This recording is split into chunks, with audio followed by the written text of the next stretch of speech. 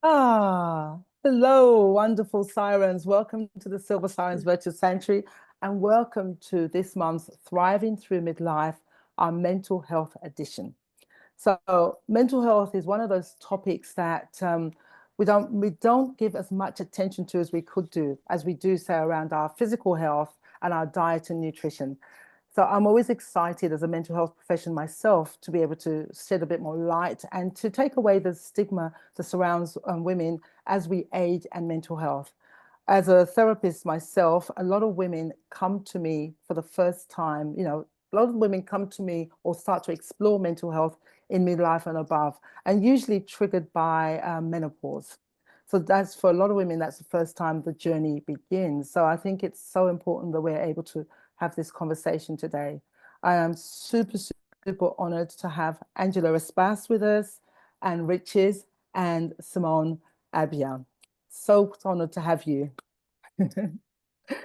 So I'm not going to read the ladies' bios because you've all seen it through our newsletters and our emails, because I want us to have as much time with them as possible and to be able to mine all their wonderful wisdom for as long as possible. Okay, so if you want to, if you're concerned, if you've missed their bios, let me know and I'll send it out to you again. Okay, so we are going to start with Angela. Okay, I'm going to go straight into questions. You ready, Angela? I'm Okay. so ready. Number question one. Yes. So, question one. Can you share your personal experience with mental health challenges in this life phase and how it has shaped your approach to your career and your personal life? Over to you. Okay, so sorry guys, you're going to have like 5 minutes because this is going to take me at least 55 minutes to go through all the twists and turns. But no, seriously, thank you for inviting me to be a part of this. It is a conversation that I think, looking at our mental health and our well-being, we deal with a lot as women through our lives. We have formidable ability to absorb a lot of, shall we say, other people's stuff. I think it's a conditioning that we're given as women. But as we get older, we were having a little bit of a chat before we started this recording about how when we get older, one of the beauties is that we have less concern about what others think and we actually begin to prioritize ourselves more. And I could feel that change happening in my early 50s because I have two kids, one 26, one 22, but I have bonus boys who are 37 and 34 that I inherited when they were 3 and 5. They're my husband's from his first marriage. And every single one of the people in this small family of ours has had mental health challenges, which I've gone up and down with and traveled alongside of. I had my own when I was younger. Mine came in the form of addiction, but I was fortunate to find the recovery movement when I was 37, and so life started getting a little bit more interesting and grew again and got bigger and fuller after that. So when I was in my 50s, my anticipation, or as I am now, my anticipation was that things were going to fall into place a little bit more. But didn't quite work like that. And the reason being is that menopause hit, and we know what that's like. I didn't even know perimenopause was a thing. That's another thing to add to my knowledge these days. But once I hit menopause, something happened to me, which happens seems to be happening to a lot of women, which is that I ended up with a ADHD diagnosis at 54, which sort of slammed me sideways. That answered a lot of questions as to why my mental health in the area of beating myself up. So that internal narrative that can really work a field day on you, there was a good reason for it. There's actually some brain wiring reasons for it.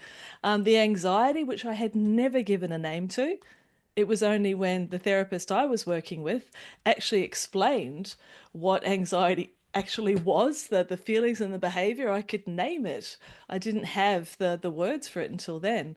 And also to discover that all the things I just dealt with and swept under the hood were actually complex PTSD because of a lot of things that Mm. had happened when I was growing up. I left home very young and I left the country very young for a lot of reasons, which I had just dealt with because that's what we do. We just get on with things.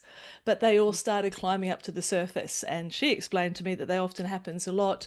Both my parents passed away in the last 3 years. And it seems that that gives the safety, so to speak, for things to start to emerge. And as they start to emerge, you have to deal with them. And to me, the best way of dealing with that, in conjunction with this new knowledge, was to look for the help of a professional who could actually help me surface those stories and re-author them. So instead of be underneath them, to actually stand on top of them and help understand that I am who I am, not in spite of what I've experienced, but because of what I've experienced. And that was incredibly helpful, to be able to see myself as someone that could deal with a lot of things and still be changing my identity with this new knowledge of being neurodivergent in my mid-50s.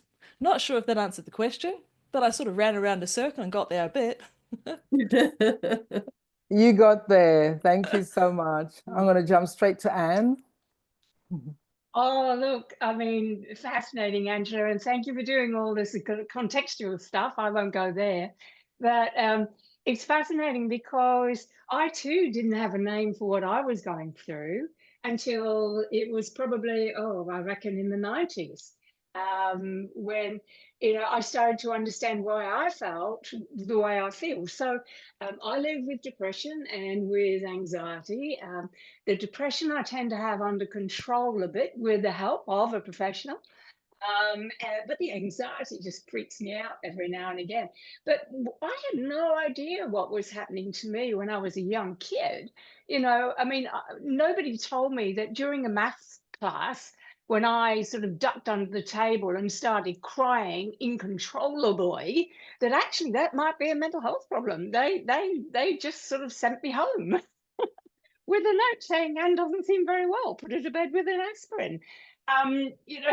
We grew up with such ignorance. And that's probably one of the reasons why I have drifted from my initial career as, initially I'm a lawyer, but don't hold that against me, right? But I've kind of drifted from being a lawyer and all the things in the legal system to somebody who's a leadership and change speaker, coach, consultant, presenter, all those kinds of things. But what I found was that the more I did that professionally, I began to understand that the reasons why some of the change initiatives that I was supposed to be there working with people on, like mergers, acquisitions, that sort of stuff, the reason they weren't working was because of the people side of it. And just suddenly all these things started to click together, and then just by accident I discovered that my family has a history of mental health issues. I did not know that. I live in Australia. There is no one from my family here. I came when I was 21 on my own. But all my family back in the UK, they're dealing with this stuff all the time. So that was quite a shock for me, but it was also a marvelous. It's a bit like when you're unwell and then somebody puts a name on it, suddenly you think, I can cope with this now. I've got some way of dealing with it. So my great auntie Anne Riches was in the British census of the 1820 or something, in an asylum, and she was described as an imbecile. And it was kind of like, oh, that's where I got it from, because she's a redhead as well. It was quite a relief. So again, I don't know whether I've asked that question, but what it's done for me as I've got older, and I'm a bit older than you, Angela, but what it's done for me is the more I've learned about it, the more I've gone out and spoken about it, and the more I've immersed myself in the mental health and the community thing, which I'm really grateful that the people of Australia recognise me for. The more I've done that, it's helped me, and it's helped me cope. And it's like anything, if you don't know, and I'm sure it's the same for you, Angela, learning about ADHD, the more you learn about what's happening, the more you're able to cope with it. So that's a brief introduction to me, I guess. Yeah, thank you. And I loved you saying that living with depression and anxiety, and living is kind of like, how do we make those adjustments with those conditions? Because I relate to the anxiety part. It was in my 40s and my 50s that I realized that I actually suffer from chronic anxiety, and and so learning to actually live with that. So yeah, that's great. Thank you. And if I could just say that one of the things I hope comes out of all of this, if I can add anything of value, it's language is so important in this area. So I don't say I'm anxious. I say I live with Good. anxiety, because the person is not, it's, I want to describe Anne Riches and I Yeah. live with, Yeah. as Mm. opposed to being anxious and Riches. I Identified think it's with. really important. Yeah. I I'd totally love just agree. to add something to that, and if I may, for everybody, which is labels can be liberating, not limiting. For Yeah, exactly that both. reason. Once I can go, so that's what it is, and then I can manage something when I have the words and the understanding of it. Up until then, it's just like this amorphous sort of blob which I poke at, but I can't do much with. So yeah, I agree. Yeah. Beautiful. Okay. Great. So we're going to go over to Simone. So Simone is our mental health professional in the room. So we thank you for being here. Over to you, Simone. Well, actually, I'm a doctor of chiropractic, and one of the it's so funny because when I thought about doing this, I was like, oh, I didn't really have any issues. I was going to talk about my patients, and as the two of you started sharing your story, I realized I actually do have a story, and the story is that as I Okay, as a chiropractor, we're very holistic, and we do our best to do things as naturally as possible. So when I started going through menopause, I really didn't think a lot about HRT. And I couldn't understand what was going on. I have my own practice. My children are grown, they're doing their thing, life is good. But I didn't feel like life was good. And I was waking up every morning and I didn't really understand what it was that I was feeling. I just felt very meh. There wasn't joy, there wasn't sparkles, I would just wake up and I'd go, I'm awake. But I almost didn't feel anything. I wasn't feeling anything. And it was really odd. I'm like, am I depressed? Is this depression? I don't understand what this is. I really didn't know. And I have been consciously single for quite a number of years. And so I didn't really even have someone to say, oh, you're a little bit off today, or, how are you feeling? I just didn't have that.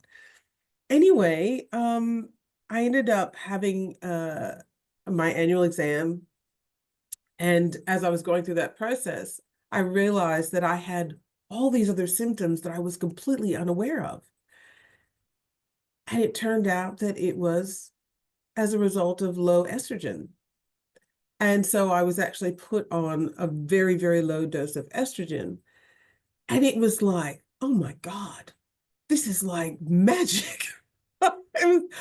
And I woke up and I started thinking again, dreaming again, having visions of future experiences and things that I wanted to create. And I've been probably the most creative I've been in years. Wow. And what that did was it actually made me look at my patients very differently. And I started having those conversations with them. And I was so surprised the number of women that had a very similar experience. And for some of those women, it manifested as, low libido. It manifested as, relationship issues. And for some women, it ended in divorce, And so it was very impactful, and it allowed me to be able to share that story with my patients. And I can't tell you how many of them have been so relieved to know that was the reason. That menopause is incredible. And navigating that, you use all the tools that you have available for you to navigate that. Including one where I was about to walk on, I walked on stage and I was about to give a presentation to about 300 people, most of whom were blokes. And suddenly I had a flush and I went, oh my God, I'm having a hot flush. And most of the audience went, oh yeah. And the rest were happy. But it's because we don't talk about it. And men definitely don't talk about it. And we should get it out there. It's part of our lives. It's part of our journey. Absolutely. Snap. It's funny, Simone, at that stage, The doctor I was seeing when I was in that same feeling of like just flat, and like, because I've always been quite a uppity sort of person, quite energized, and I was just like flat. And I think the word that came through a lot during COVID was languishing, where you're just Yes. like flat, unmotivated, no purpose, what the heck. And it was suggested that I had depression because there was a lot of things going on that you could see, but I didn't think I was depressed, but I accepted the expert and went on antidepressants, and they were not fun. Long story short, got off them, got on HRT and went, aha, that's what it was. Same thing. So no one's taken that they'll pry those out of my cold dead hand as far as I'm concerned. I'm staying.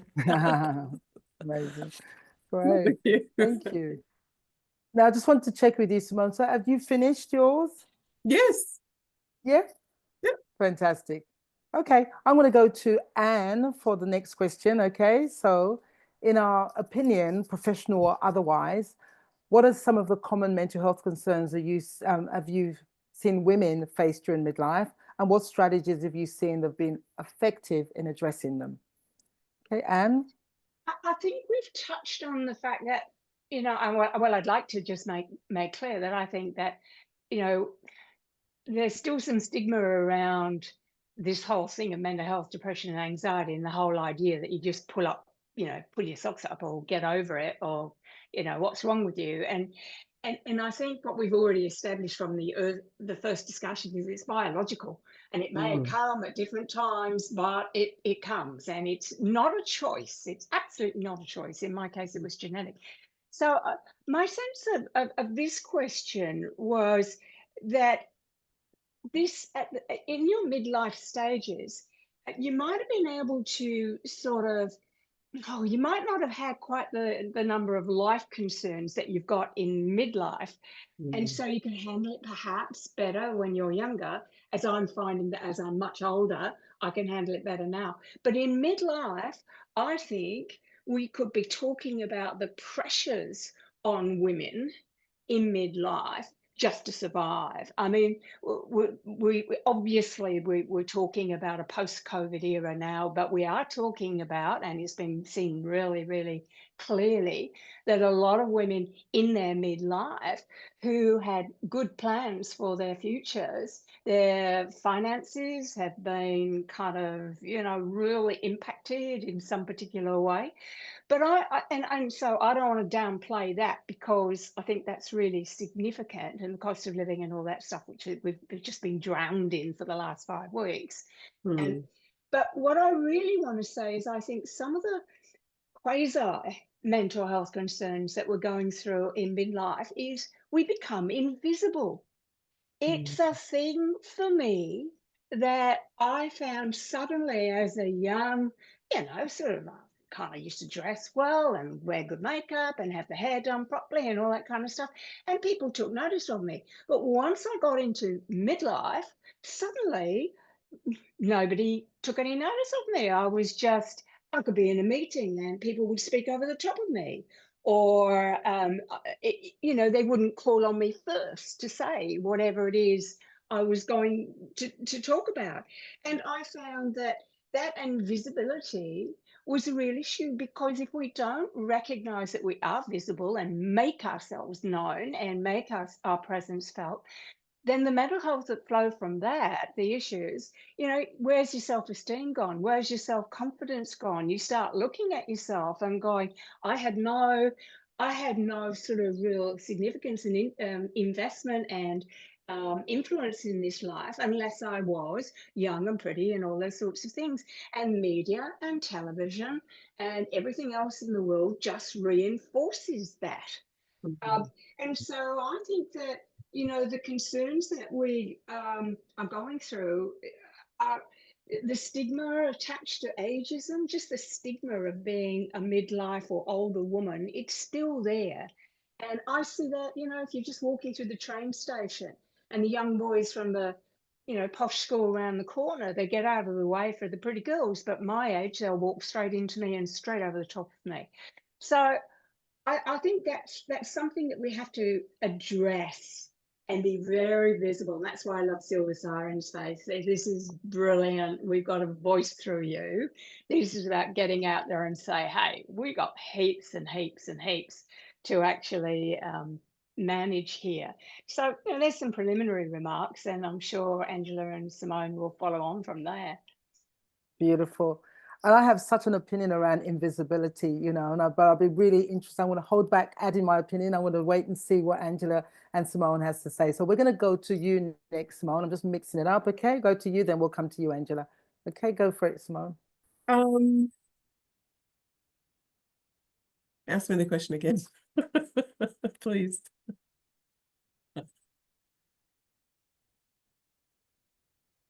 I So can't Faith, hear you. you're on mute. Thank you. Oh. Thank you. I'm glad you all got on to me. So in your professional opinion, what are Mhm. some of the common mental health concerns that women face during midlife, and what strategies can be effective in addressing them? Well, what I've noticed in practice is the biggest thing is being overwhelmed. Usually in midlife, you're dealing with aging parents, or you're dealing with, menopause, you're dealing with work stress, a whole range of things. And I find that I guess the biggest one is basically the overwhelm, because they're the emotional responsibility for so much in your sphere. And, I guess the biggest thing that I've seen work for people is the self-care part, is actually acknowledging that they're being overwhelmed by the amount of things that they have on their plate. And some things they can escape from, and some things you can't. And I think that one of the biggest things has been encouraging people to delegate responsibilities, and to say, well, I'm not going to do that. You can do that, and sharing that load, and actually taking time out to reflect on, what is it that I want? What do I need? And how am I showing up in this life? Because this isn't working for me. And so, that self-care has been the biggest thing that I've seen people do. And that's what I encourage everyone to do that is going through that overwhelm, and decide what is important and what's not important. And what about for women that think self-care is a luxury? It's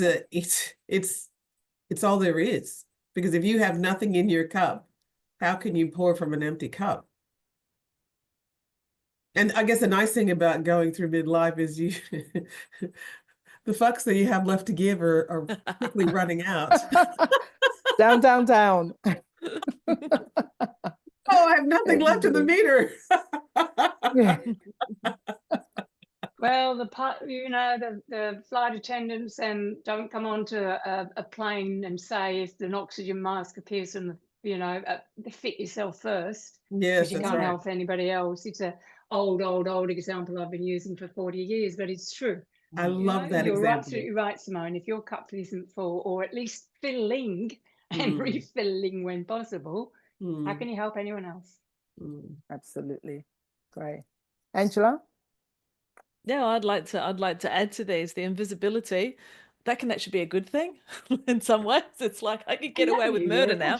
But the overwhelm, just as talking to the self-care piece, which in self-care is not all, bubble baths and scented candles, though I do have a candle that is burning right now, because your surroundings are very important.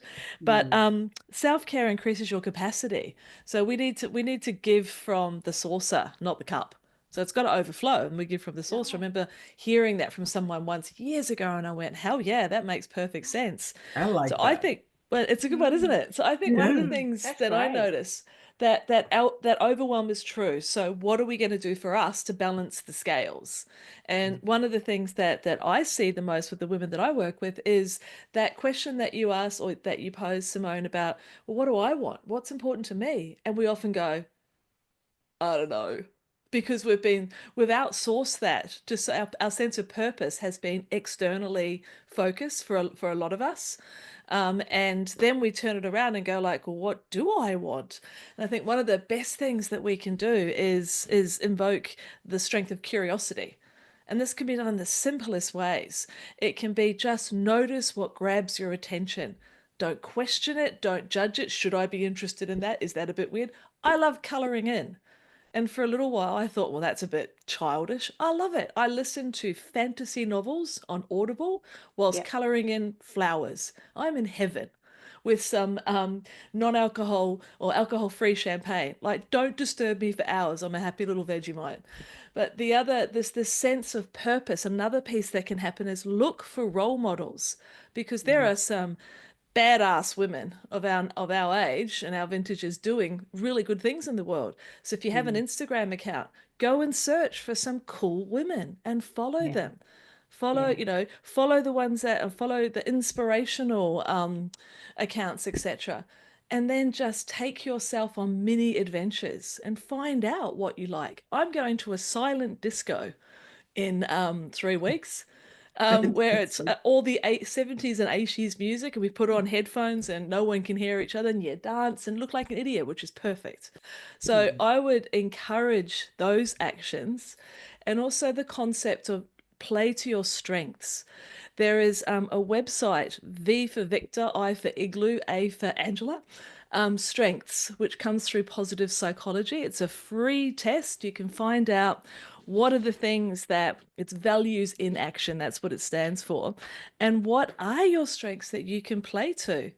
And I found out I do a lot of work in strengths. That's the free one, but then I do a Capfinity strengths as well.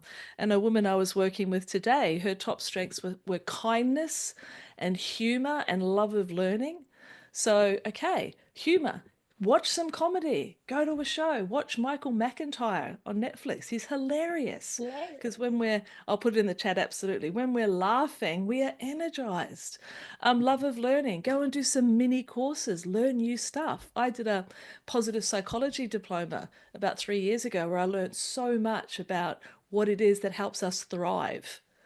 And the simplest things you can do, my kids used to cringe at this, but it's been shown by science, mini connections. So you're walking down the street, you see a woman wearing a gorgeous dress, tell her.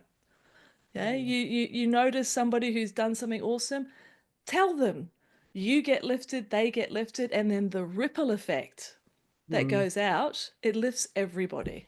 So there's little things that we can do. We don't have to go out there and be, Mother Teresa, though. Go for it if that's your purpose. But little things that we can do that use our strengths and captivate and energize us, that will give saucer energy, shall we call it? So you can give from there. I think that's a big part. And if you can do it invisibly, all the better, as far as I'm concerned. Amazing. But you're absolutely right, Angela. I mean, I think about things like when I go and get my coffee, I say to the barista, what's the funniest thing that's happened to you today? And the two of us end up laughing. And her day is lifted, and my day is lifted, and everybody else around us is also lifted. Well, you feel the vibe, don't you? Yeah, absolutely. Yeah. And my husband's got another strategy, which is fantastic. We both walk endlessly, but we go at different times. He's an early bird, I'm not. But he goes out at 6 o'clock in the morning, regardless of the weather, and he sometimes determines that he's just going to smile and say good morning to everybody. And in Sydney, this is almost unheard of now. Yeah, it's so honestly, I think it's important. I think you have to be quite sort of determined and strategic about what you're going to do. Don't let it happen by accident. I mean, make a plan. And I'm not saying and I'm not saying be Pollyanna, because bad shit happens and you have to take care of yourself when it does. But you can make a conscious decision to do this sort of thing. Now, as someone with ADHD, I'm happy to do it. I'm very impulsive. So I actually see it as a good thing, even though it took me a long time to realize it. But yes, it's intention. That's the perfect word. Perfect. Excellent. So Angela, can you please share where is the silent disco and also the Vigo, the values in action? Can you please share those in the chat, and we want to send that. I'll send it out to everyone. after the with the replay. Okay, so I'm Yeah, going to go. I'm We're going to finding skip them now. question 3. Okay, we're going to, because you've all answered question 3. Question 4, and I'm going to start with Anne for this one because I know it's part of your work. How can employers and organizations better support women's mental health needs and promote an inclusive work environment for those in their midlife and beyond? Okay, Anne? I feel very strongly about this because it's the work I do, going into organisations, you're quite right, Faith, talking to them about this stuff. And I'm sick to death with the lip service that's paid to this issue, that for some reason, and if I sound a bit itty about this, it's because I really am. I want just people to be honest. But those employers who say to me, "Oh, we've got the mental health wellbeing stuff covered," and I say, "What have you got?" And they say, "We've got yoga mats and fruit in the kitchen." Great, great. And then I go in and talk to a focus group or a big group, and I say, "What are some of the issues in your place then?" And once they get to trust me, they say things like, "Well, the managers are just awful. They don't understand when we're under pressure. The culture in this place is bitchy and horrible. If we work from home, they think we're slacking. They want to know what hours we're doing." So, you can have an EAP, and that's what a lot of employers say. "Look, we've got an employee assistance program. Yay, great, terrific." That's a crisis call, not a how do you maintain it all the way through. So for me, the key to this is teaching or helping managers and supervisors and leaders and anybody who influences anybody else, and that can be your best mate, just to recognize that psychological safety is far more important than physical safety ever is now. Physical safety, critical, absolutely.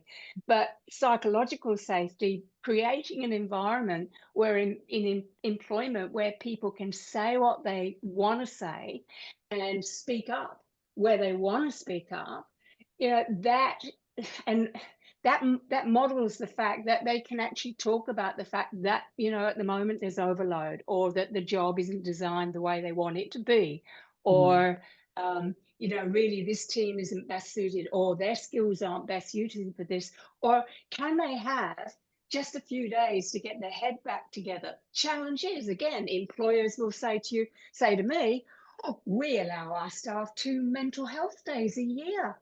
Wow. Wow. Am I impressed? Do you get the feel? So stop giving lip service to this. Do real stuff. And it starts with just a cultural change in many cases, very many cases. That's hard. It takes about 10 years. Thank you. Let's jump over to Simone. Well, one of the things that I think that employers can provide are courses, mindfulness and meditation courses. I started running those for my patients to help them to manage situations at work, to, practice the pause and, all the different things that they could do to help, in those situations where, the work environment may not be very friendly, or where they're overwhelmed. Provide mobile massages. Do something, have some sort of team related something. There's no reason why they can't provide some form, or even sensory rooms. I had one environment where I provided essential oils, and they had a diffuser in a sensory room, and they could go and they could just down tools when they were, and it was in a call center. So, there are options available. And I think providing resources for people at work that they can use at work would be wonderful. And I have to disagree with some of that. Yeah, and like you said, why have a yoga mat if you don't have somebody that comes in and does breathing exercises, or stretching on Fridays or something, Fruit's Great not. Anne's going to employers do that. disagree. Great employers do that. They are, but there's such a tiny, tiny percentage. And today, as I went to my favorite barista and asked what the funniest thing that happened to her today was, as I Yeah. was walking back out from the office building, I saw a sign which said that a company in the building was offering 5-minute massages for people today. Oh, great. It's like a slap in the face.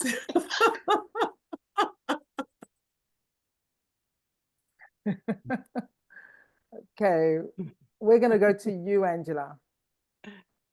Well, this is a tricky one because I've got a great boss. I work for myself, so I can have a lot of So do I. It's the a lot best of place. flexibility.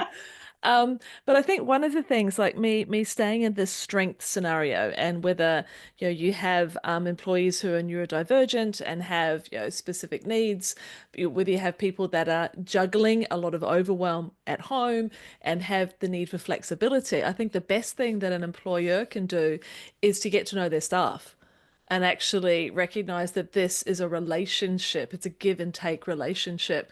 And when we sit in the strengths piece, it's the concept of job crafting, of being aware of what someone's interests and strengths are, and allow them to do some variation around the edges of their role so that they can bring their full selves to work.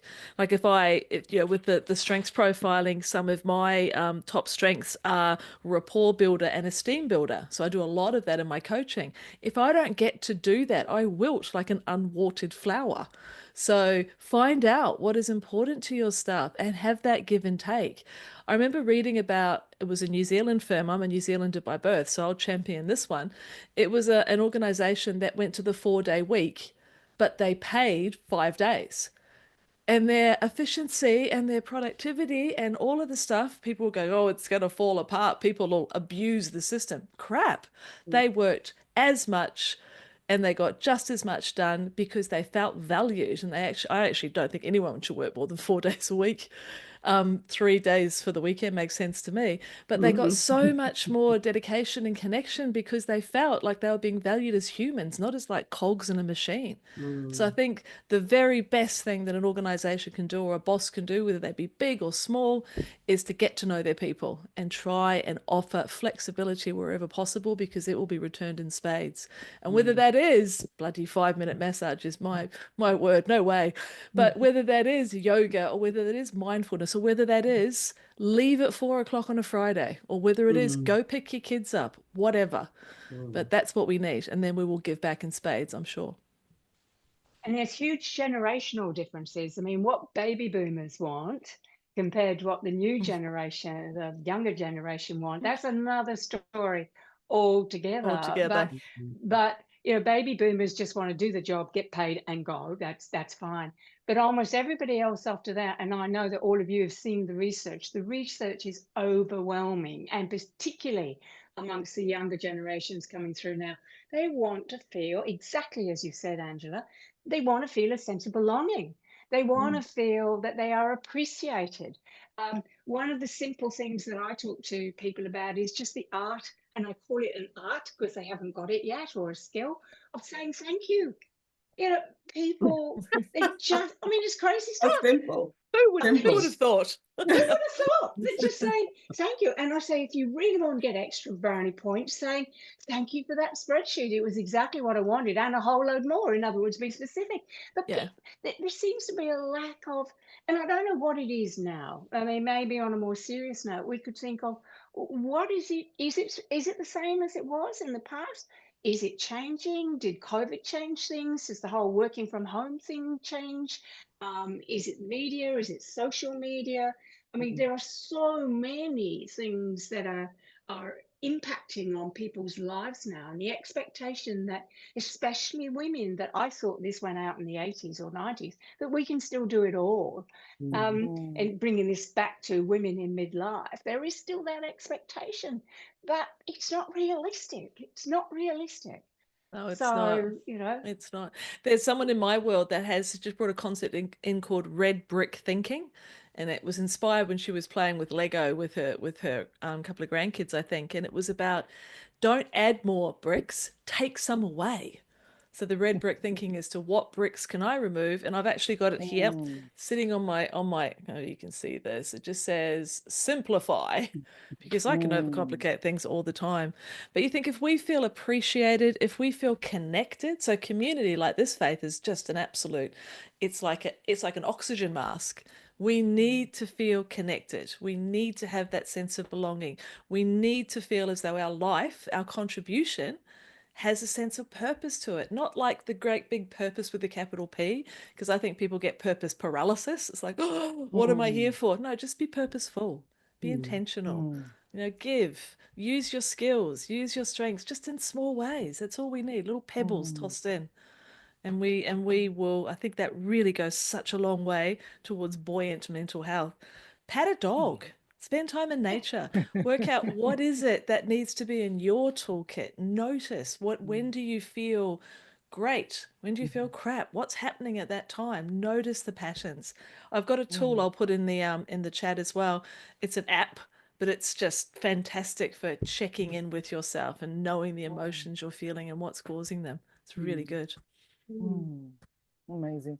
Now, thank you so much. We've actually answered question 5, like you've covered it. It's all about self-care practices. So our final question, I would just like to ask you all, I'm going to start with you first. I'm going to do Simone and finish with Angela, is what would you like the women here today and the women listening to the replays to take away about mental health? What vision do you hold for us in terms of mental health and well-being? Over to you, Simone. Get to know yourself. Pause enough to actually take stock of what you're feeling, what's going on for you, and how your life could look.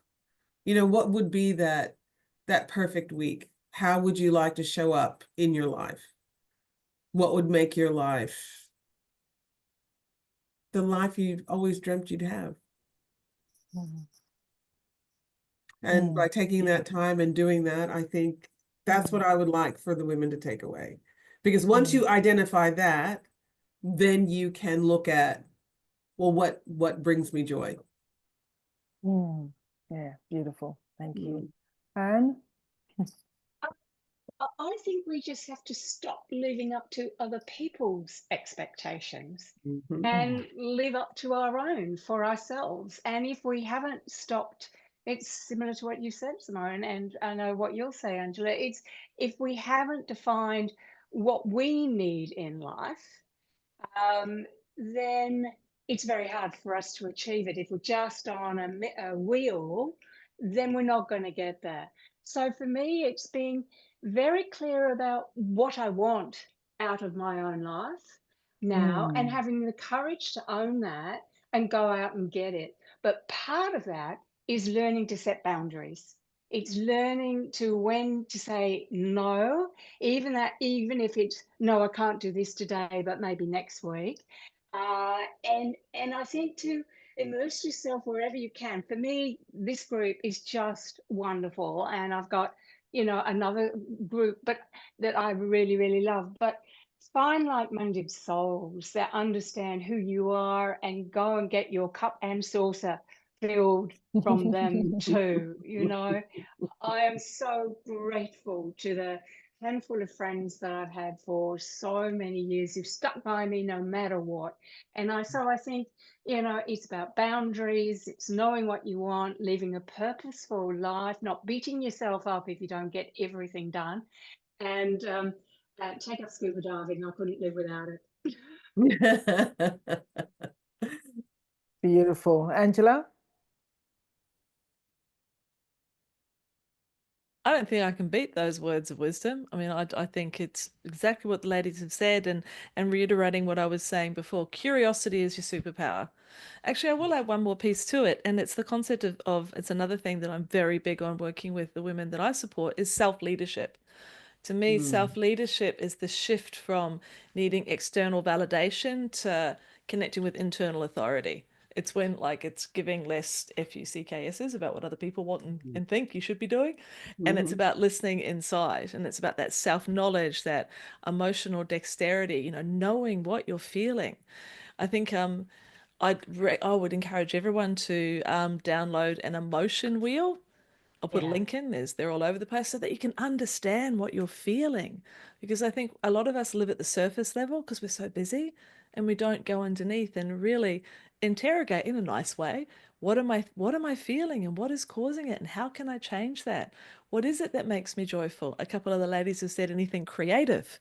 Then yeah, Mhm. do more of that. Anything that makes you feel like crap, do less of that. Yeah, there's a fantastic book called 4,000 Weeks.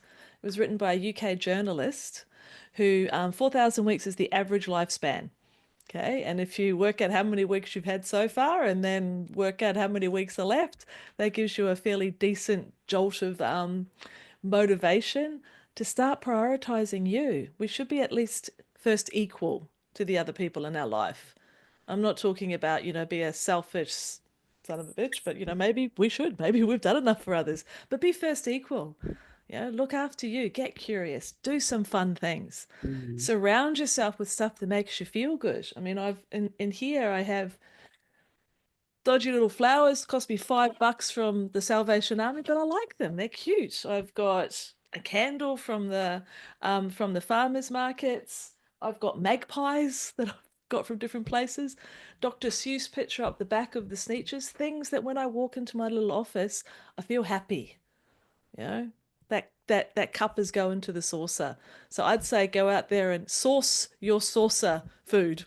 and that's the best thing you could possibly do for your mental health. And hang out in community. Don't worry alone. Okay. Come in and hang out with other women who want the same sorts of things that you do in different flavors, but we want to feel alive, and that's the way I reckon we can start to do it. Can I add Beautiful. one other thing? Yeah, And please that do, is, Anne. and that is, get rid of the negative people in your life. I don't know if you've ever sacked a person from your Yes. life, but Yes. I have. There was a person in my life, and every time I rang her, and we used to hang out a lot together, but she answered the phone like this. Oh, hello, Anne. And you know what? It sacked the bejesus out of me. And in the end, I decided that, well, it's not going to be part of my life anymore. And so I mean, I didn't say you're sacked, but I just stopped hanging out with her. And I think that's a very hard thing for us to do. We do it professionally if we're working with people or in an organization who aren't measuring up to what we need them to be. We move them on, but we haven't done it much in our personal lives. Some of us have probably done it a lot in our personal lives with regard to husbands. I've done it twice. I'm 3 now. This one will last. He's a keeper. Third time lucky. But I really do think, hang out, as you say, Angela, it's the stuff that brings you joy. It's elusive, it's difficult. You have to be curious, you have to find it. But when you found it, go for it. It's so important.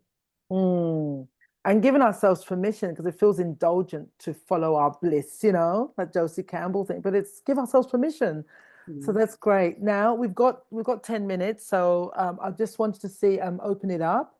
Okay, so if anyone wants to add any comment, any takeaway, any questions, we are going to finish on time. So I'm going to move the questions along. Okay, we may only have time for one question or two questions, but it'd be great if we can have more than one. Okay, who would like to? I can't see everybody, so please feel free to unmute yourself. And can I see any hands up? Yeah, I'm going to unmute you, Yvonne. I can see that smile on your face. I'm going to go to you, Yvonne, and Jackie. Jackie's put her hand up. Okay, Jackie, let me go to you then. You've put your hand up. Oh, that wasn't you. No, you go, no, not me. Okay, I'm going to go to you, Yvonne.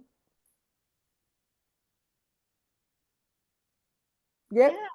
Yeah. I'm going to pull a rank on you ladies.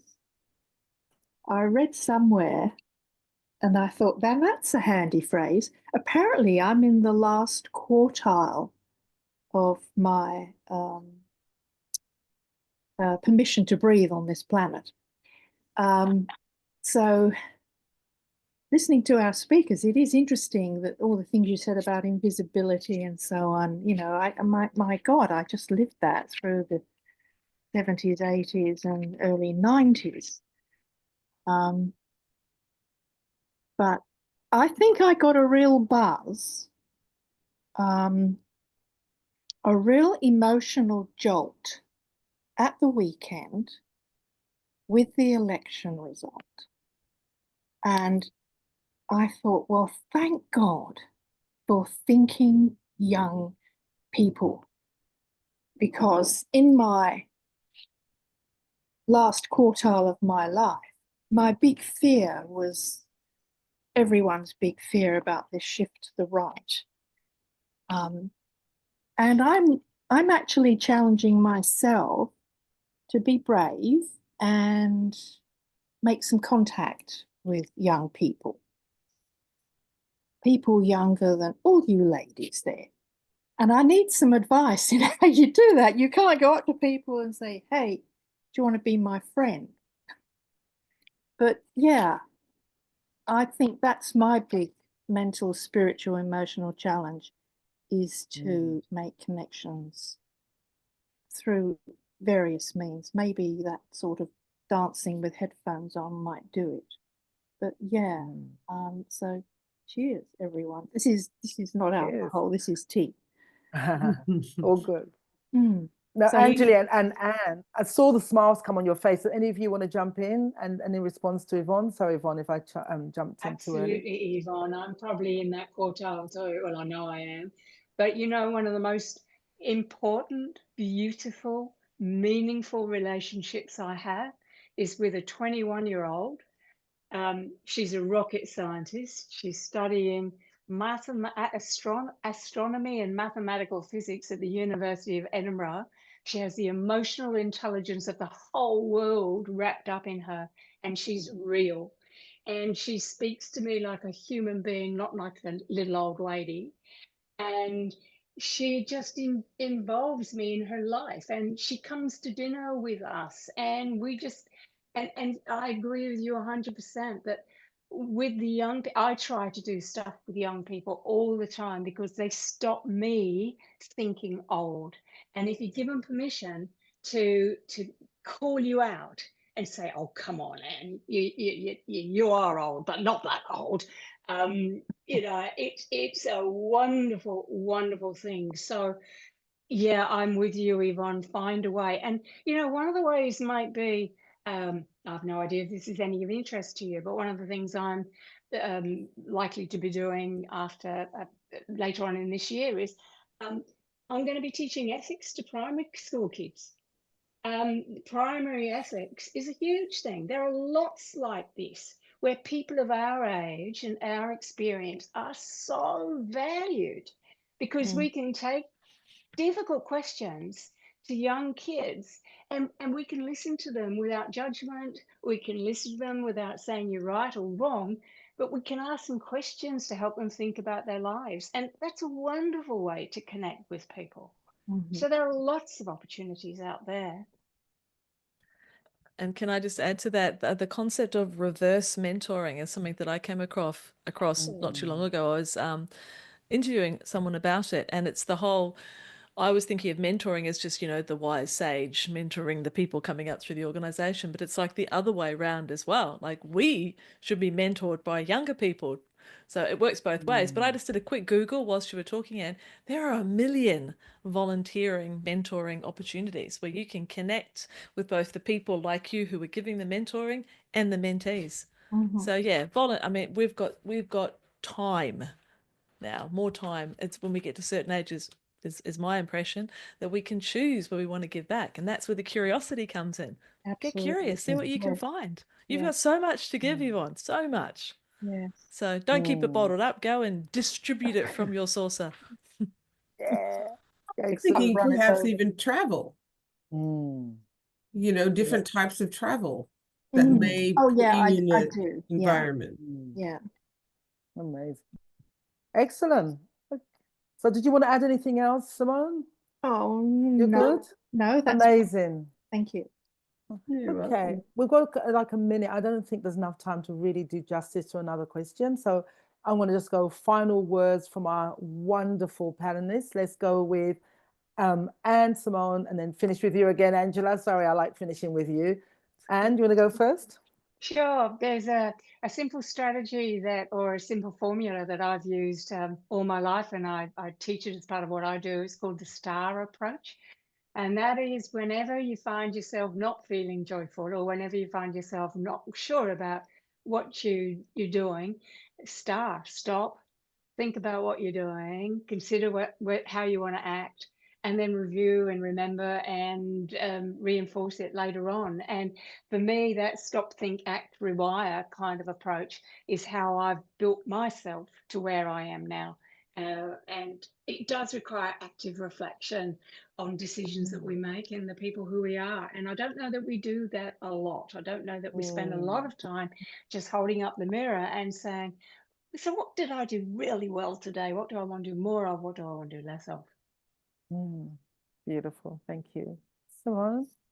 Well, when I was going to contemplating this session, 3 words came to me, and they are hydrate, delegate, and meditate.